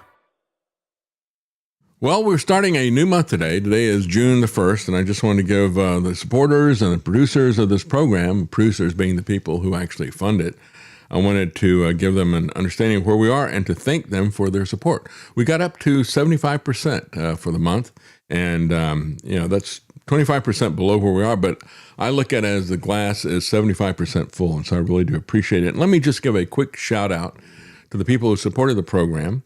And it won't take long. There's not a whole lot of people that have come in just the last week. David and Karen H., and thank you so much. It's good to hear from you after quite a while. Ronald H., Marilyn G., Charles D., Sally D., Janice W., Joseph R., Daniel C., Ramon G., and Craig M., and also Ryan on Cash App. Thank you, all of you. I really do appreciate the support. And that's what keeps this program going. Let's take a look at the bad weekend that Donald Trump had. And again, a little bit of schadenfreude, I guess. We'll begin with this, with what happened at his beloved art center. He really wants to be seen as a patron of the arts, and of course, that's part of his vanity, putting his name on the Kennedy Center. And for the longest time, this was created in memorial to JFK. And again, it's not something that the government has the authority to spend the money for something like this. Nevertheless, in the act in which they created the Kennedy Center, they said that it would never be named after anybody other than Kennedy, and they set up the maintenance and the operation of this to be done by a board of directors. Trump just ignored all of that stuff. And this is what it looked like. People cheering as they were taking Donald Trump's name down, because what he did was they already had this long line, the Kennedy Center for the Arts or whatever it was. It's a very long line of text there. And he puts it up there, Donald Trump and John F. Kennedy Center for, so he put his name up there, Donald Trump and here they are taking it down.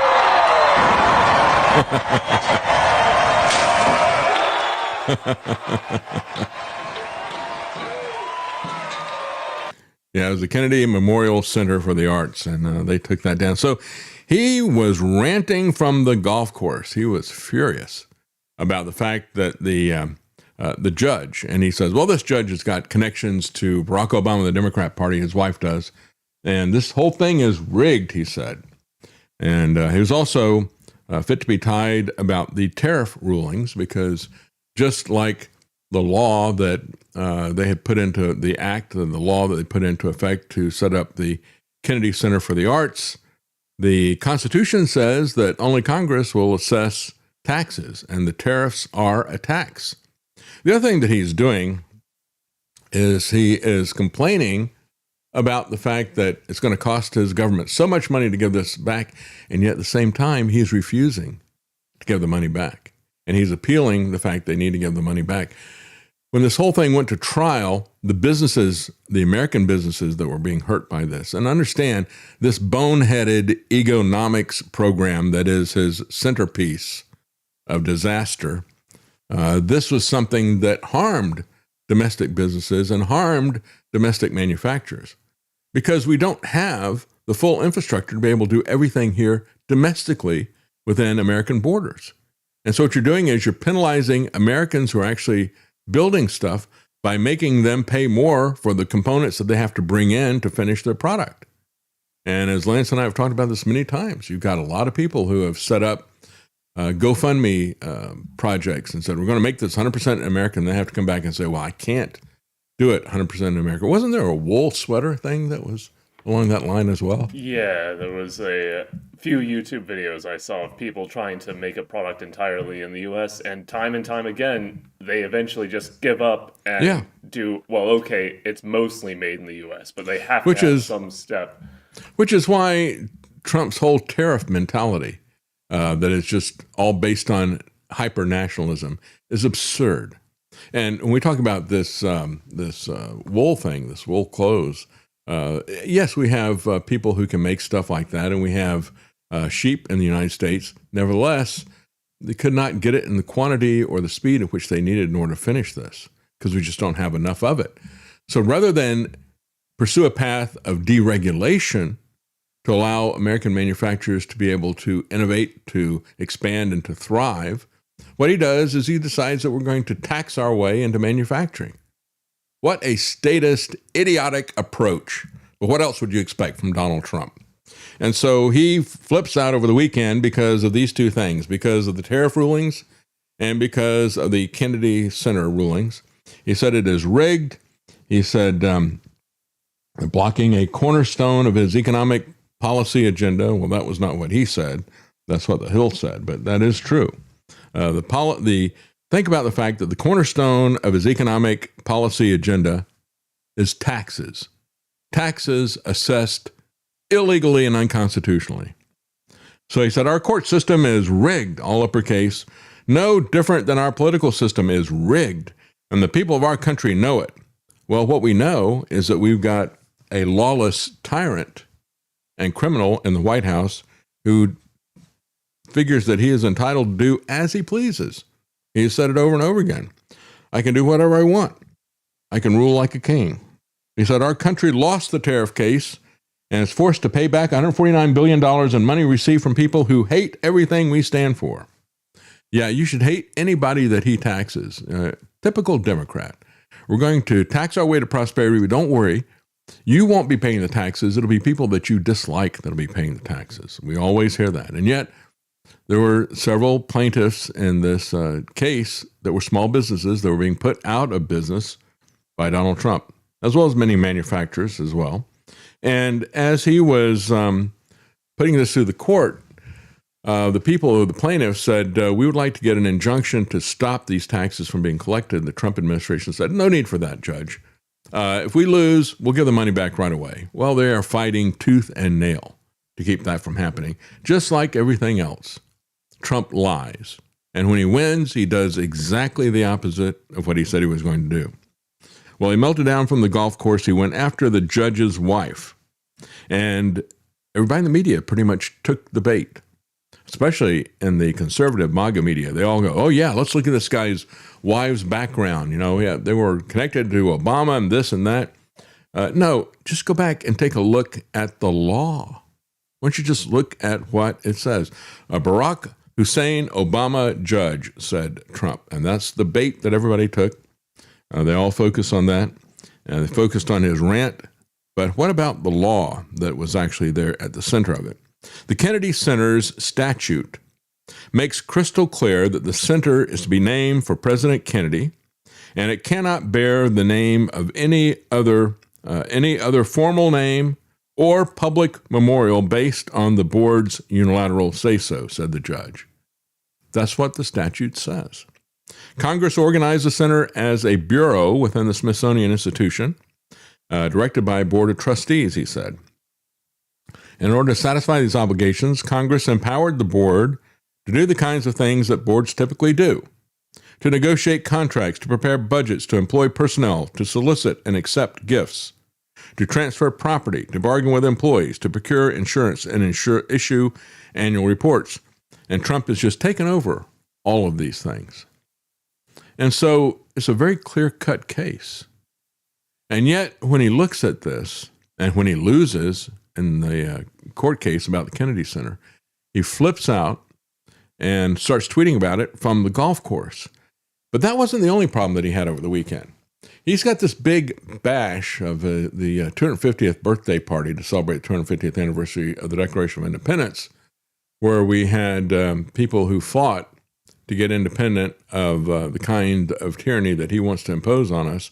Nevertheless, he had 9 acts that he had lined up, 9 musical acts that he had lined up. And by the end of the week, you had all but 2 of them had canceled. So he flipped out. He got really angry and he said, well, cancel it, just like I canceled my involvement with a failing and unsafe to be in Kennedy Center. Well, he didn't cancel either one of those. It was the acts who canceled him. It was a judge who canceled him from having his name on the Kennedy Center. What a liar this guy is. I canceled the Kennedy Center, my involvement. No, the judge canceled your involvement based on the law. And these other people canceled it because they don't want to be associated with you. That's the reality. It became all about him instead of about the country. And that's the way it always is with Trump, isn't it? And so then he got even crazier. He started comparing himself to Elvis. And he said that he is more popular than Elvis was during Elvis's prime. He said, I get more people showing up for my rallies than showed up for his concerts. And he goes, so just forget about these musical acts. I'll do it myself. To which we can imagine it might be something like this. 3 acres is the place to be. Farm living is the life for me. Land spreading out so far and wide. Keep Manhattan, just give me that countryside. Yeah, he thinks he's better than Elvis because that's what a narcissist would say, isn't it? He actually put up a meme that shows it's a picture, and on one side of the picture is his face. That's exactly the same size as Elvis's, and they cut it down the center. And he goes, a lot of people tell me that I look like Elvis. You might look like Elvis after his fried peanut butter and jelly sandwiches stage. He doesn't look like Elvis at his prime at all. I guess perhaps somebody should get up there and sing a wise men say only fools rush in, because that's what he did in Hormuz, right? Perhaps he should listen to the advice of Elvis's songs, right? So he said, unlike Elvis, who needed a guitar to wow his fans, all I need is a microphone to get a much larger audience than Elvis did in his prime. Yeah, because we all just love to hear him drone on and on and on about himself and all of his fantasies about all the things that he has won and how he is succeeding even in the Strait of Hormuz, which he's not. Although viewers will not get to see Trump don a sparkly one piece or see him showcase his vocals. Instead, he said he plans to give a speech at the end of the rally. Yeah, one of the people that was there that is not going to be there is Martina McBride. I think he should try to sing her song. He did so well with Green Acres. He should sing that Independence Day, right? Let Freedom Ring. I'd love to hear him attempt that. That would be comedy gold. And then, of course, he finished up the weekend putting up a bunch of disgusting AI slop about himself. It's amazing how he does that. And so one of them he put up is he's playing basketball with him and New York Governor Kathy Hochul. And so he's wearing a Knicks jersey and he is dunking on her. President Donald J. Trump versus Kathy Hochul, New York's failed governor, who, if people are smart, will vote for Bruce Blakeman. He will make New York great again, he said. And then I saw this from one person, which was just disgusting, Stalin-esque kind of propaganda. Can you imagine, Trump, here he is, all-American football star, and look at all these bulging muscles that he's got there. What utter nonsense. And the guy who put this thing out was just over-the-top sycophant, so much so that people in the comments were ratioing this guy saying, dude, are you gay? What is your issue here? So Trump's 250th celebration is a fiasco because he turned it into Trump Day. Yeah, Trump Day. Thank me very much. The only thing he had to do was, for once in his life, not act like an insane egomaniac, but he just couldn't do it, said The Atlantic. And that's absolutely true. Then there's this story of some disappointed MAGA supporters. They wanted to buy a Trump watch. Tim Pettit heard a radio ad using Trump's voice to sell luxury watches. And so he wanted to get one of these, and then this happened. Trump time. A mistake on a Donald Trump keepsake might be funny to some. But it wasn't a laughing matter for the couple who paid more than $600 for the Trump-branded watch. The I-Team's Brian Crandall looked into it and is here with what's happening now after we got involved. Brian? Well, Patrice, Jean, one letter was left off that watch face, and it was pretty much the worst one possible to forget. And after being disappointed with the initial response from the website they ordered it from, the Middletown couple talked to us. They inadvertently told the truth. To a Rolex band. Showing support for the president and love for his wife. just thought it was really nice. It was beautiful. And I knew it would be something that she'd like. A limited edition. One of 250. So that attracted me. And Tim Pettit shelled out $640 for a watch that may now be even more of a one-of-a-kind than he bargained for. Get your Trump watch right now. Go to gettrumpwatches.com. It's Trump time. Pettit bought the watch after hearing an ad like that one on the radio. With the president's voice hawking the watches, and I was curious, so I went onto the website. GetTrumpWatches.com. Pettit picked out the pink inauguration First Lady model. It has the pink and it has little fireworks on it. Melanie Pettit likes the style, but it's what this watch does not have that makes it stand out. I noticed it right away. The T is missing. It just says RUMP. Rump. So it should say Trump. It should say Trump. Instead, it says rump. She has a $640 rump watch. How could they process this and go through something without checking their work? I'm very disappointed. It's perfect. I wanted to be a special thing for her. And where do I get one? Expected that it would have the integrity. I want mine without the T. The President of the United States and good follow through. The GetTrumpWatches.com site calls its products the official watch. Yeah. Go back. Yeah. Expected. Very disappointed. I wanted to be a special thing for her, and we had expected that it would have the integrity of the President of the United States, and it does, and good follow through. The TrumpWatches.com site calls its products the official watches of President Trump, but in the small print, it notes that it licenses the Trump name and likeness.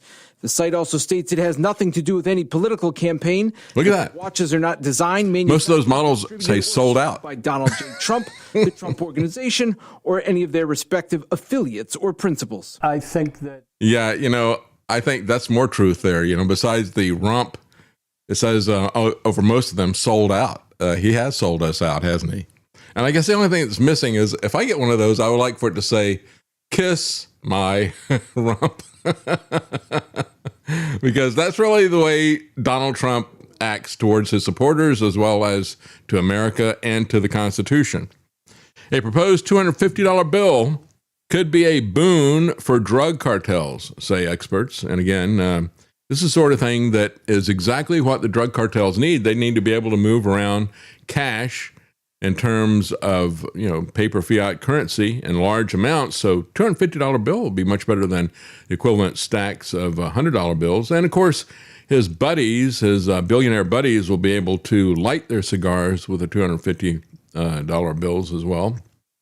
But this is Trump's picture on the $250 bill. And I think that is fitting because, we've had in the past, if you look at it, we've had Abraham Lincoln, for the most part, George Washington is there, but for the most part, they've gone in and picked people like Alexander Hamilton who have helped the idea of a Federal Reserve Bank or a U.S. central bank, or taking a victory lap over Andrew Jackson, who got rid of the national bank, or you got Abraham Lincoln, who pushed through to get an income tax and a central bank and a first fiat currency, things like that. So they've honored people who have kind of taken a victory lap over their opponents, honored people to help push this through. And of course, since Trump is so focused on monetizing the debt by lowering interest rates, by bringing back quantitative easing, he is demanding that from the Fed.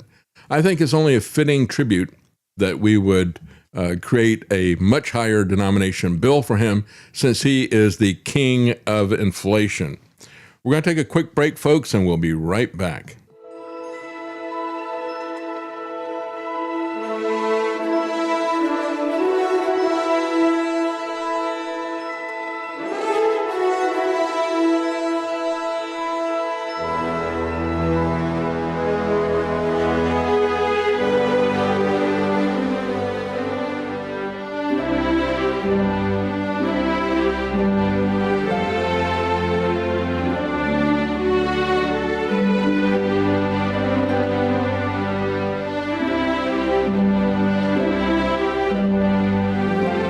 In a world of deceit, telling the truth is a revolutionary act.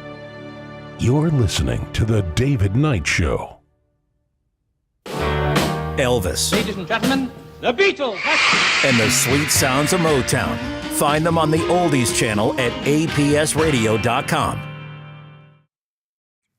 Well, Pam Bondi was back in Washington. They brought her in to testify in a closed hearing.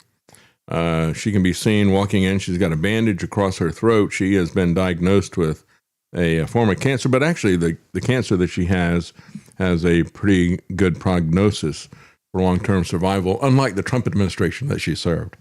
So what did she say? She said she blamed Attorney General Todd Blanche, who's taken her place. She blamed him for all of the issues and the redaction errors that were used to release the files.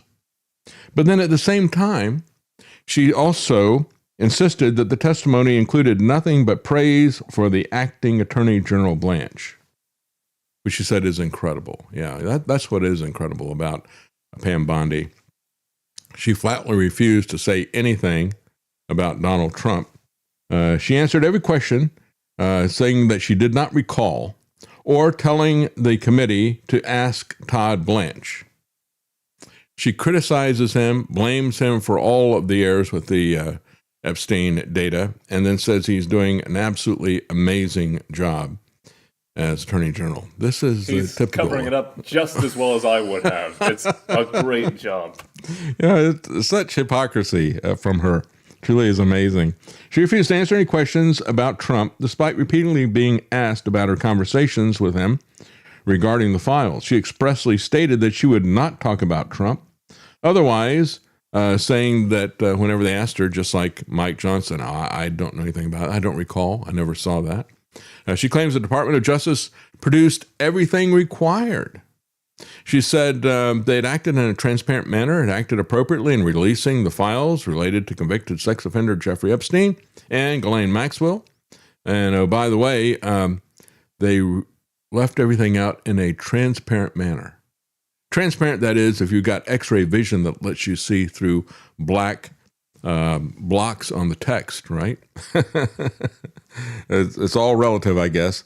Blanche noted that a significant amount of work was required to issue redactions of witnesses' names.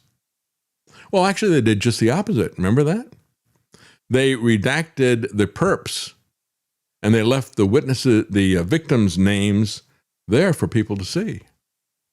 It truly is amazing to see how these people turn this stuff upside down. Trump, meanwhile, has refiled this baseless lawsuit with the Wall Street Journal that linked him with Epstein. We all know they were buddies for 10, 15 years. And the birthday card that was sent, the lewd birthday card with his signature in a strategic place, that was described by the Wall Street Journal. And it was exactly as described. And it was produced as evidence that they got from the Epstein estate. And yet he is suing them for defamation. I think the word is defamation. I think they defined his character rather than defamed him. And his whole lawsuit is undercut by the fact that the Wall Street Journal said, well, Donald Trump has denied this. When you put that in, that's called freedom of the press, which I know Donald Trump does not support. He wants to go after people who criticize ICE. He wants to go after people who criticize the data centers, criminally prosecute them. And he sues anybody that he doesn't like the way they talk about them or about him, or if they edited something that he thought was in favor of Lala Harris. Even after he wins, he goes after CBS and says, well, I think you edited that in a way to make her look good. Well, there's nothing wrong with doing that, quite frankly. That is something the press is allowed to do. And if they say something that has been alleged about Donald Trump, they can also say, well, we contacted him and he denied this categorically, and which they did do. So the judge that got the lawsuit said, the way this is written, you don't have a case here. But of course, this is coming from Donald Trump, who thinks, as he does, obviously, with his weaponization fund that he put out, he thinks that he can be both plaintiff and defendant. And he thinks that he can come after somebody for defamation when they say, well, this is what was said, but he has denied it. That is all that is required.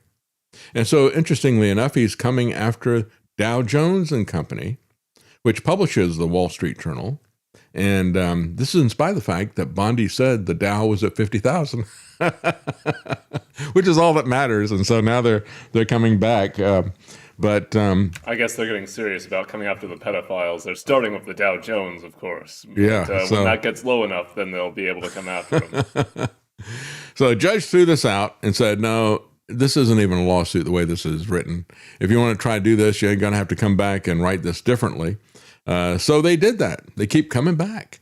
And there's absolutely no basis for this. There's absolutely no actual malice. And they put the disclaimer in there, as I said. In the new filing, his attorneys argue that only 2 surviving individuals could confirm the letter existed. According to the complaint, Trump vehemently denied writing it, while Epstein associate Ghislaine Maxwell allegedly told federal officials she had no knowledge of the document. And yet it was there, and they found it, and they released it to show what this was. And yet, as they said, he denies this, so they have covered themselves. The complaint further accuses reporters of either knowingly publishing false information or intentionally avoiding evidence that contradicted the story. The original Wall Street Journal report said that Trump denied both writing the letter and drawing the image. And again, his denial is totally ludicrous. Defendants, they said, however, falsely, maliciously, defamatorily state as fact that regardless of how the alleged letter was prepared, it nonetheless contains Trump's authentic signature. Well, it certainly looks like it to me. So let me ask the lawyers, who do you think would forge Donald Trump's signature like that?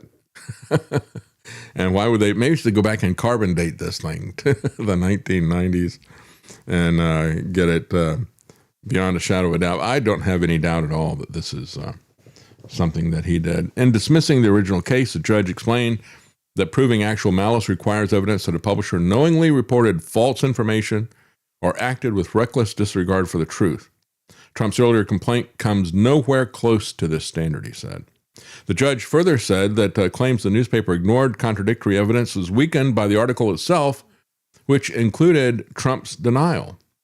Allegations of ill intent alone, he said, were insufficient to establish actual malice without supporting factual evidence. To proceed with the case, he said Trump has to provide clear evidence the Wall Street Journal knowingly published false information.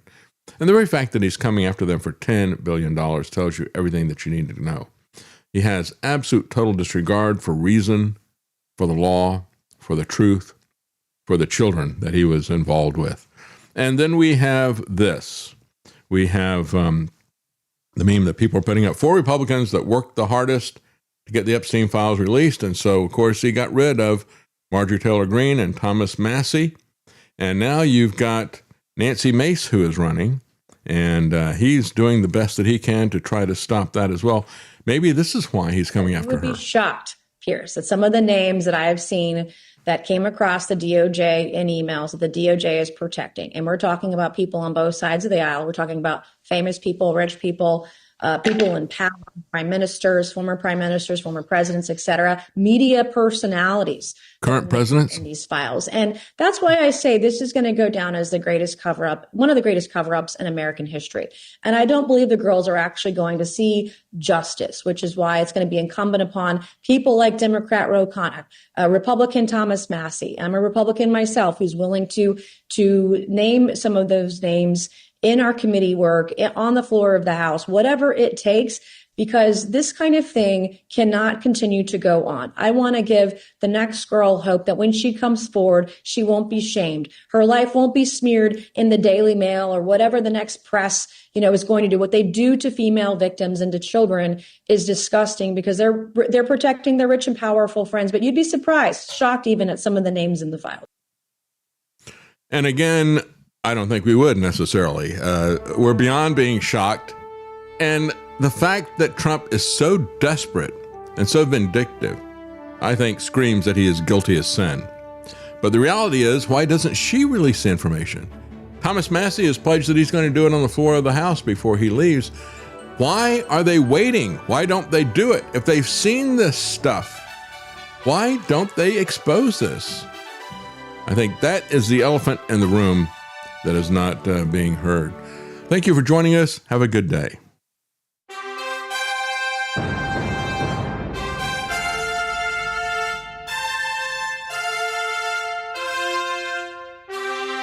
the common man. They created Common Core to dumb down our children. They created Common Pass to track and control us. Their Commons Project to make sure the commoners own nothing. And the communist future. They see the common man as simple, unsophisticated, ordinary. But each of us has worth and dignity, created in the image of God. That is what we have in common. That is what they want to take away. Their most powerful weapons are isolation, deception, intimidation. They desire to know everything about us while they hide everything from us. It's time to turn that around and expose what they want to hide. Please share the information and links you'll find at thedavidknightshow.com. Thank you for listening. Thank you for sharing.